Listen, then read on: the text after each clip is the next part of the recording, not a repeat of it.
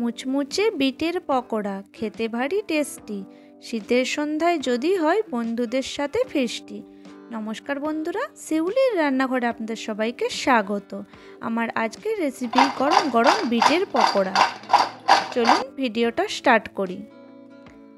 এখানে আমি বিট ভালো করে ধুয়ে ছাড়িয়ে নিয়েছি। এরপর একটি কুড়ুনির সাহায্যে আমি বিট কুড়ে নিচ্ছি।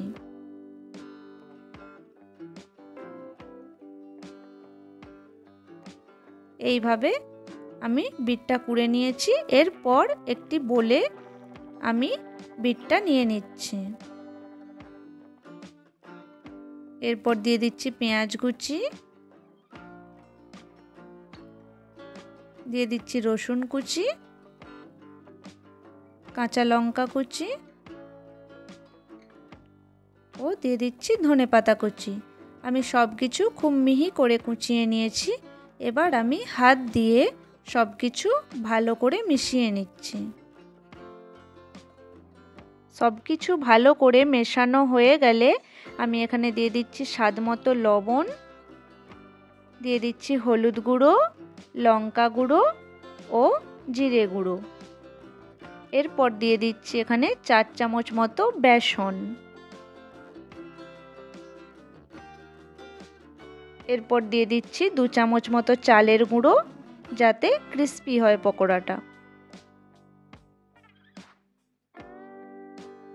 চালের গুঁড়ো দিয়ে আমি খুব ভালো করে এটা মিশিয়ে নিচ্ছি।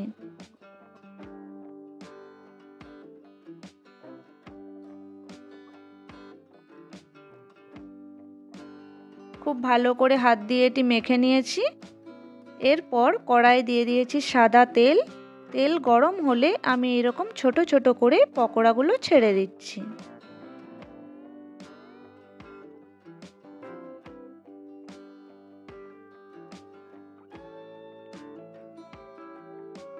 বেশ কিছু পকোড়া আমি ছেড়ে দিলাম। এরপর কিছুক্ষণ ধরে উল্টে পাল্টে আমি এগুলো মুচমুচে করে ভেজে নেব। বন্ধুরা, আপনারা সন্ধ্যের সময় চা বা কফির সাথে এটি বানিয়ে খেতেই পারেন। খুব টেস্টি হয় এটা খেতে। এভাবে মুচমুচে করে ভেজে নিয়েছি। এরপর আমি তুলে নিচ্ছি।